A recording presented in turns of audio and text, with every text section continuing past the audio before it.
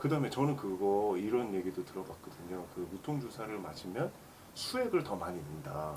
그렇지. 아까 혈압이 떨어진다 아, 그랬잖아요. 그래서 혈압이 떨어지니까 그 사전 작업, 혈압이 떨어지는 걸 막기 위해 사실은 수액을 먼저 미리 많이 주고, 그 다음에 무통주사를 하고, 무통주사를 해서 혈압이 또 떨어져서 또 애기 심박수가 떨어졌다. 그러면 수액을 또 줘요. 아, 그리고 그 과정에서 또 괜찮아서 촉진제를 또 쓰면은 또 수액이 또 들어가요. 아하, 네, 그래서 산모들이 결국 그렇게 하면은, 음, 이렇게 약간, 부종 네, 출산 후에도 네, 그러겠네요. 네, 그렇게 돼서 나오게 아하, 되죠. 그다음에 여기서는 아까 전에 8% 정도의 수술이 네. 나오신다고 네. 그랬는데 그거는 진짜 어쩔 수 없는 상황인 네. 거잖아요. 그러니까 그런 경우가 왜 나오는지 좀 궁금해요. 사전에 예측이 되는 사람들도 있어요. 그러니까 사전 요인이 뭐냐면은 정말 이제 우리가 산정 관리 기간 동안 봤는데 애가 잘 안 자라거나 뭐 그런 등등의 요인이 있어서 충분히 진통을 잘 못 버틸 것 같은 애들은 우리가 이제 알고 대비를 하는 경우들, 예. 그 다음에 엄마 쪽에 요인이 있는 경우, 엄마가 훨씬 그 이전에 사전 요인으로 걸러졌던 산모들, 예를 들어 전치 태반이라든가 그런 게 아닌 산모들 중에 만사까지 그냥 구조적인 이상 없이 왔던 사람들 중에서 아기한테 뭐 발육 지연이 있거나 그런 것들이 있는 경우, 그 다음에 아니면 엄마한테 이제 건강상에서 평균 지표보다 좀 벗어나서 너무 비만하거나 너무 마르거나 뭐 이제 그런 요인이 있는 경우들은 그럴 소인이 충분히 있고 그런 사람들 중에 사실은 제왕절개가 대부분 많고, 그 다음에 일부는 정말 안타까운 얘기지만 사실은 진짜 많이 커서 못 나오는 애들도 있어요. 4.9kg 막 5kg 그렇게 돼서. 아니 4.9kg가 있어요? 네, 4.9kg, 5kg. 제일만 있어요? 그 다음에 예, 있어요. 그래서 그렇게 돼서 못 나오는 애들도 아주 뭐 1년이면 뭐 한 명, 뭐 그렇게 있고, 그러니까 너무 작아도 수술하게 될 가능성이 있고 너무 커도 수술하게 되는 경우들이 있고, 엄마도 마찬가지로 너무 말라도 그렇고 너무 뚱뚱해도 그렇고, 나머지는 그냥 평균대로 쫙 가고 있는데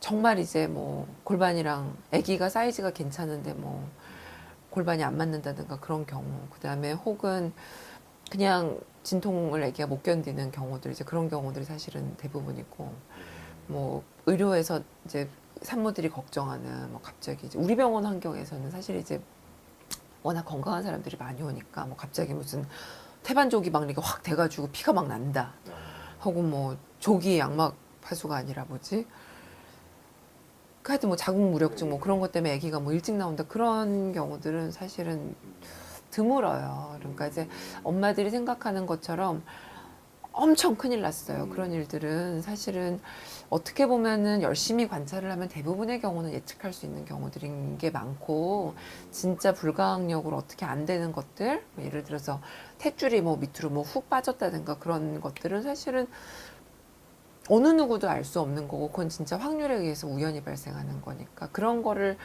빼고 나면은, 그런 거를 딱 제외하고 나면은 그냥 대부분의 경우는 예측할 수 있는 범주 안에 제 생각엔 있는 것 같아요. 그런 거는요? 탯줄을 감았어요. 막 이런 것들. 네. 태변을 그거는 넣었어요. 태변을 보는 애기들도 태변을 보는 애기들 나름인 거예요. 그러니까 태변을 봤는데 뭐 애기 날 때가 다 임박해 있다. 그러면 사실은 그냥 나면 되는 거거든요.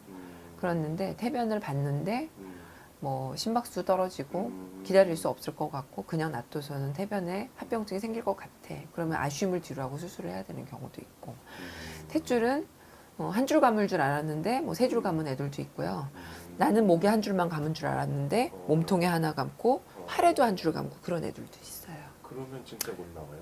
아니요. 나와요? 그렇지 않아요. 네. 그래서 보통의 경우는 잘 내버려 두면 애기들이 잘 나오고, 아주 일부의 아이들, 그러니까 걔네들은 탯줄을 세 줄을 감은 것뿐만 아니라 다른 요인들이 있는 애들인 경우가 많죠. 발육 지연이 있었다든가 양수가 작다든가.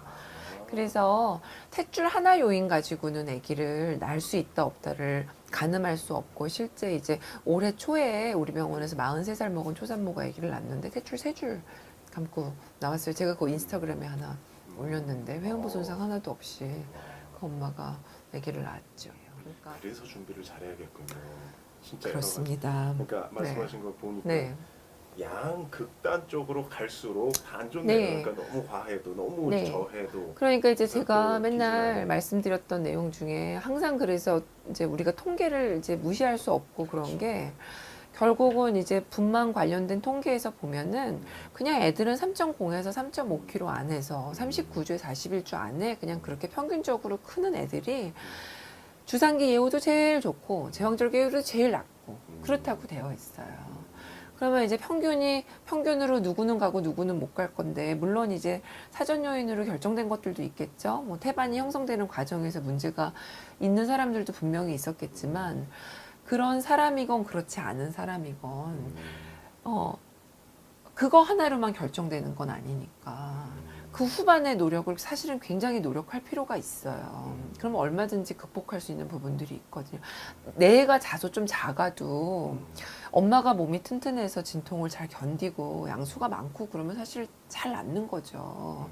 근데 애도 작고 뭐 태반도 작고 양수도 작고 하는데 엄마도 몸에 준비가 안 됐다. 그러면은 애기가 어떻게 혼자서 잘 나오겠어요. 마찬가지로 애가 너무 크고 뱃속에 잘 컸는데 엄마는 사실은 몸에 준비가 하나도 안 돼 있고 유연성도 떨어지고 그렇다. 그러면 애가 무슨 수로 혼자 나오냐는 거예요. 그러니까 결국은 제 생각에는 많은 부분 굉장히 부담드리는 얘기인데 엄마한테 달려 있다. 네. 너무 감사하게 잘 들었습니다. 네. 감사합니다. 제가 나중에